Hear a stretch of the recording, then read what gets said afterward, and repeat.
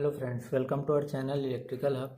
जैसे कि आपको वीडियो के थंबनेल से पता चल ही गया होगा कि आज का टॉपिक हमारा कौन सा है। तो आज हम लोग बात करेंगे इस टेस्टर के बारे में। ठीक है। इस जब हम इस टेस्टर को किसी भी सॉकेट के फेज पॉइंट पे टच कराते हैं तो ये अंदर जो बल्ब होता है वो ग्लो होने लगता है। ठीक है, लेकिन हमें झटका नहीं लगता है, जबकि बल्ब ग्लो हो रहा है मतलब इसमें करंट फ्लो हो रहा होगा। ठीक है, और जो हमारा जो उंगली है वो इसके टच में होता है, फिर भी हमें झटका नहीं लगता। ठीक है, तो इस बारे में हम आगे बात करेंगे। ठीक है, तो आप अगर वीडियो में नए हैं तो चैनल को सब्सक्राइब करें और लाइक करना ना भूलें।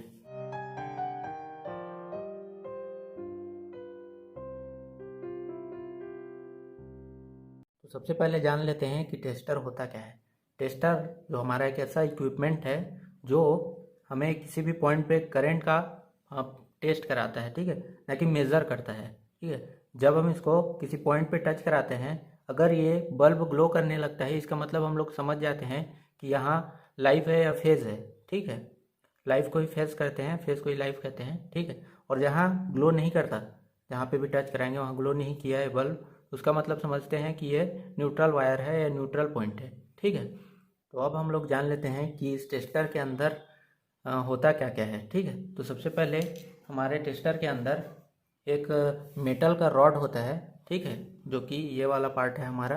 ठीक, ये मेटल का रॉड होता है जिससे हमें कोई भी पॉइंट पे टच कराते हैं। ठीक है, उसके जस्ट बाद एक रेजिस्टेंस लगा होता है, छोटा सा रेजिस्टेंस होता है, आपको दिखा रहा हूँ। ये रेजिस्टेंस लगा होता है यहाँ। ठीक है, ये एकदम छोटा सा रेजिस्टेंस, ये रेजिस्टेंस। ठीक है, सारा खेल इसी रेजिस्टेंस का है। ठीक है, ये आगे मैं बताऊंगा अभी। ठीक है, तो यहाँ लगा हुआ होता है एक रेजिस्टेंस यहाँ। ठीक है, और उसके बाद लगा हुआ होता है एक बल्ब। ठीक है, ये वाला बल्ब लगा होता है यहाँ। ठीक है, इस बल्ब का नाम क्या होता है? बल्ब जो लगा हुआ होता है उसका नाम होता है नियॉन बल्ब। ठीक है, ये होता है नियॉन बल्ब। इस नियॉन बल्ब से हमारा ये रेजिस्टेंस जो है कुछ इस तरह लगा हुआ होता है। ठीक है, और ये यहाँ टच हुआ होता है। ठीक है, मेटल के रॉड से। ठीक है, अब इसके बाद लगा हुआ होता है हमारा एक स्प्रिंग कुछ इस तरह, और इसके बाद लगा हुआ होता है एक क्लिप, मेटल का ही होता है जो। ठीक है, और उसके बाद होता है एक मेटल का हेड। ठीक है, ये। ठीक है, अब ध्यान देंगे, जो हमारा जो फेस है वो तो यहाँ से हमें मिल जाता है बल्ब के लिए। जैसे कि हम लोग जानते हैं किसी भी बल्ब को जलाने के लिए 2 वायर चाहिए, है ना। एक चाहिए होता है एक फेज, एक न्यूट्रल। ठीक है, तो ये फेज जो है हमारा यहाँ से होते हुए मिल जाता है। ठीक है, और दूसरा जो हमारा न्यूट्रल होता है, अगर आप इस बल्ब को ध्यान से देखेंगे तो एक तो हमारा इस रेजिस्टेंस से होते हुए फेज मिल जाएगा एक वायर के लिए। ठीक है, और दूसरा जो वायर होता है वो बल्ब के ऊपर से ये एक पतले वायर से निकल कर यहाँ कांच पे घुमा हुआ होता है। ठीक है, और वो टच करता है किससे? इस स्प्रिंग से। ठीक है, इस स्प्रिंग से टच करते हुए इस क्लिप को टच करता है, और इस क्लिप को टच करते हुए सीधे मेटल के हेड तक पहुंच जाता है, जिसको हम लोग टच करते हैं। अब इस बल्ब को एक तो हमारा फेज यहाँ से मिल गया। ठीक है, और दूसरा जो है न्यूट्रल, जो दूसरे वायर से होते हुए स्प्रिंग से होते हुए इस मेटल के हेड तक जाता है और हमारे हाथ में टच रहता है। तो अगर हम लोग ज़मीन के कांटेक्ट में रहते हैं तो वहाँ से हमें न्यूट्रल मिल जाता है। तो ये जो हमारा बल्ब है वो ग्लो करने लगता है। ये बल्ब कौन सा बल्ब होता है? Neon bulb. तो यहाँ तक तो हमारा टेस्टर का वर्किंग हो गया कि ये वर्क कैसे करता है। ठीक है, अब हमारा सवाल था कि इस टेस्टर से हमें झटका क्यों नहीं लगता है। ठीक है, तो मैंने पहले बताया कि सारा खेल जो है वो इस छोटे से रेजिस्टेंस का है।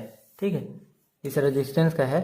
ठीक है, तो ये रेजिस्टेंस करता क्या है? रेजिस्टेंस जो है वो करंट के फ्लो को रोकता है। ठीक है, तो अगर हम इस रेजिस्टेंस को मल्टीमीटर से चेक करें तो इसका जो रेजिस्टेंस होता है वो होता है लगभग 1 मेगा ओम से ज़्यादा। ठीक है, 1 मेगा ओम से ज़्यादा। ठीक है, इस छोटे से रेजिस्टेंस का वैल्यू होता है 1 मेगा ओम से ऊपर। ठीक है, तो जैसे कि आप सबको पता होगा ओम्स लॉ से वोल्टेज जो है, वोल्टेज इज इक्वल टू होता है करंट इनटू रेजिस्टेंस। ठीक है, अगर मुझे यहाँ से करंट निकालना हो I, तो I इज इक्वल टू होगा V अपॉन R। ठीक है, अब हमारा जो घर में वोल्टेज होता है वो नॉर्मली होता है 220 वोल्ट। ठीक है, तो यहाँ पे हमारा जो I निकालेंगे हम लोग, तो यहाँ निकालेंगे 220 वोल्ट का हमारा वोल्टेज होता है, और रेजिस्टेंस हमने इस रेजिस्टेंस की बात कर रहे हैं। ठीक है, तो ये होता है हमारा 1 मेगा ओम से ज़्यादा, मतलब यहाँ हमारा हुआ 1 मेगा ओम।